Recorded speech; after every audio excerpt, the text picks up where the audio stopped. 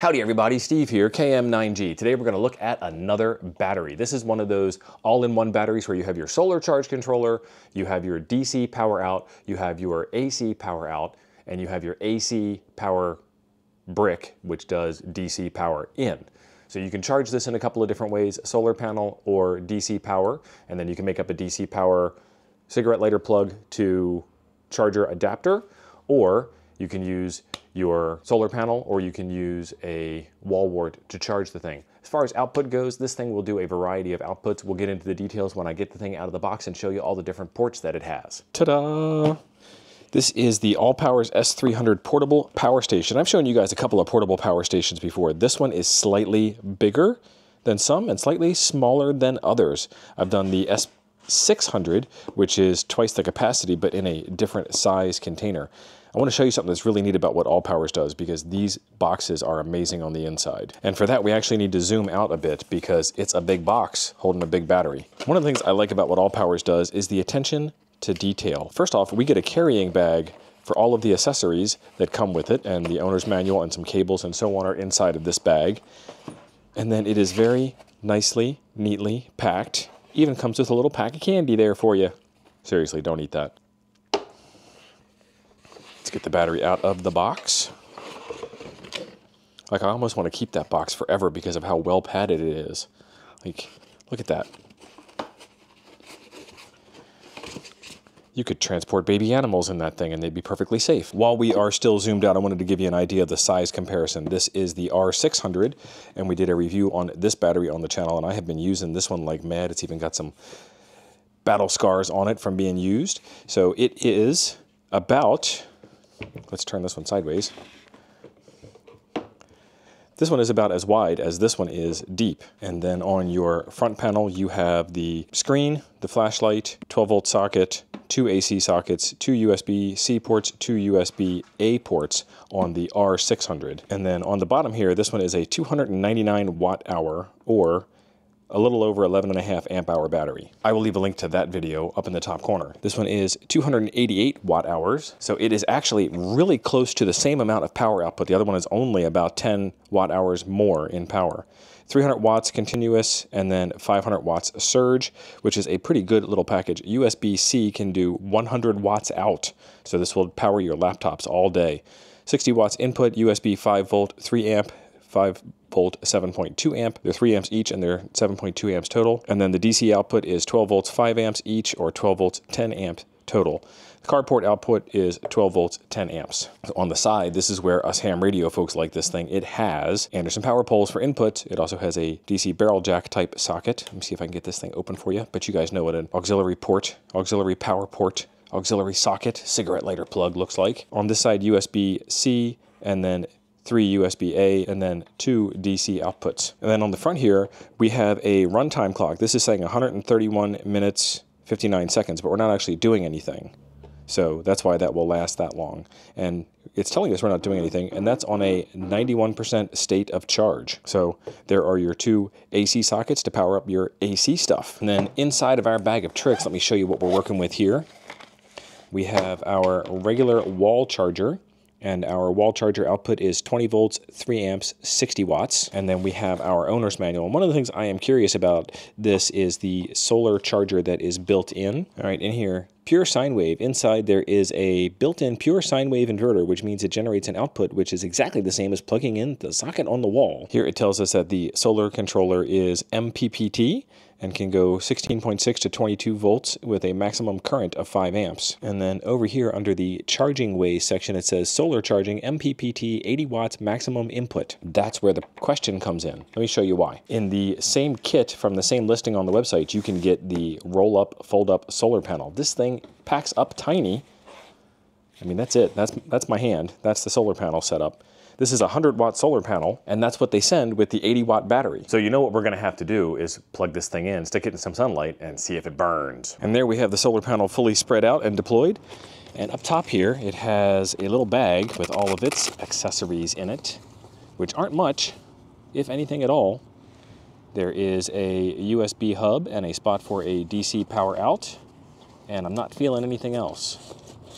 So we need to go get ourselves a cable to go from that to that. Hey, if you like watching some weird guy put batteries through their paces and make them do ham radio type stuff, this is the channel for you. Hit that subscribe button down below to make sure you don't miss out on another crazy battery adventure. So this is where being a ham radio guy really comes in handy. This is the power cable off of my X6100 or IC705 radio, and I've got power poles on one side and a 5525 jack on the other side.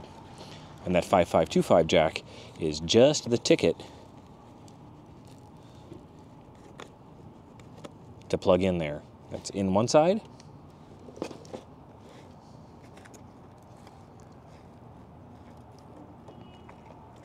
And then that's in the other side. And it says, you can't see it in the sunlight, I'm sure, but it says it is charging. I can read it. It says 23 on the input. I think that's 33 watts now, 36 watts, 37 watts. So I'll leave this out here and see what happens. And then just for a date time reference, it is end of April and we are a little after 1 p.m. So the sun is not directly hitting on the panels. And one of the things I noticed when I originally charged that battery by plugging it into a wall outlet, it does take it a while for the wattage on the battery power input meter to go all the way up. That's the MPPT, the maximum power point tracking. It's trying to find the maximum amount of solar power that comes in and latch onto it. It's a real basic explanation, but that's basically what happens. So next up, the question comes down to what can you actually do with something like this in the ham radio context, which is what this channel is all about. I've done a couple of these battery reviews before, so I know what you can do with it. It has an output on the DC barrel jack or on the cigarette lighter plug of 5 amps total. That is going to power up a QRP rig. With the USB socket at 100 watts, it's going to power up a USB laptop. The AC power is, what does it say here? 5 amps out max. So for 5 amps out, you're going to be able to power a small coffee maker maybe. I'm going to be looking at this for laptop and radio and having fun. I can bring hot coffee and keep it hot in my Coffee and Ham Radio's tumbler. They're going to be available in pink soon, I hear. Well, it looks like the solar panel worked fine. I saw it up as high as 70 watts. It's a 100-watt panel, not in direct sunlight. I'm happy with 70 watts of input power from the sun under these conditions. Did not blow up the battery, which I was kind of shocked because the owner's manual says 80 watts and it's a 100-watt panel, but it's what they sell it with, so I'm going to take it up with them if there is a problem. And they have been very responsive on communications. In addition to the cable I showed you that my 705 runs on, that yellow cable with the solar panel, you could also use something like this to power up your radio. That yellow cable will work in both directions, from the solar panel to the battery and from the battery to the radio. This one here will work from the battery's cigarette lighter plug to an Anderson power pole, and we all know what you can do with Anderson power poles. All right, I see no smoke, and I am reading 67 watts input, depending on how the sun is shining.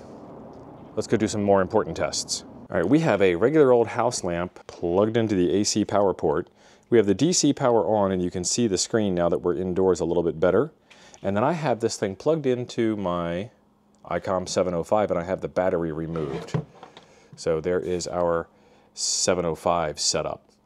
So what I'm going to do is I'm going to turn this thing on now because the DC power output is working. There's my radio coming on. It said no battery internally, and it's showing 146.52 at 100% power, which is 10 watts of output on this radio right here. I'm going to switch this over to my local repeater, and I'm going to go into the scope mode because I can, and then I'm going to key up on the local repeater and see what we get with a kerchunk. W9, WAR repeater.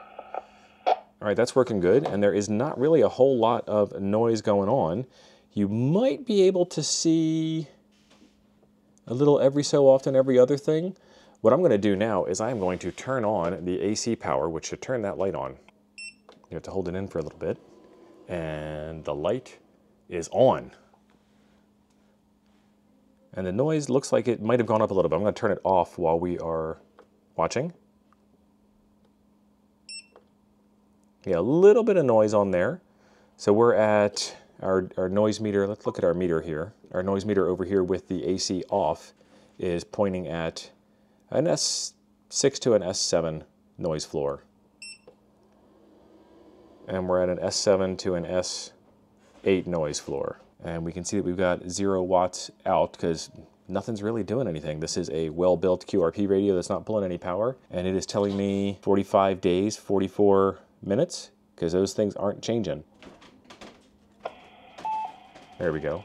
That was key down to see the display change.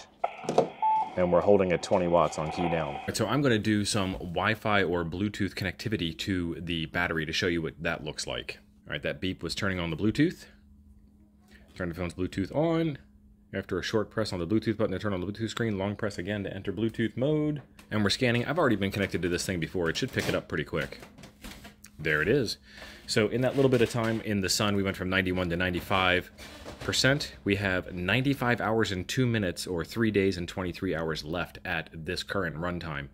And that's because it's not doing anything. I'm going to go ahead and turn the radio on and key down and see what happens. It's showing that I've got DC 12 volt and USB, which are just the options that you turn on when you turn on DC. And look at that, the time went down. All right. 8.5 hours of runtime if I just was full key down. 8.5 hours of key down runtime? The 705 probably can't handle that. So I'm able to turn on the LED lights. You kind of see me lighting up with that.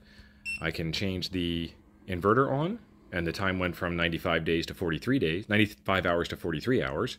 And then I can turn the DC output off, which just shut the radio off, 119 hours with the DC off. And then I can edit the name if I wanted to call it something else. Not a bad little app. It gives you some information. Is it useful for anything? Let me know what you guys think. You can find links to information about this battery in the description down below, and you can also find links to the solar panel and to some of the radios that I shared with you as well. There's a video right over here I think you'll enjoy next. Thanks for being awesome. I'll see you over there.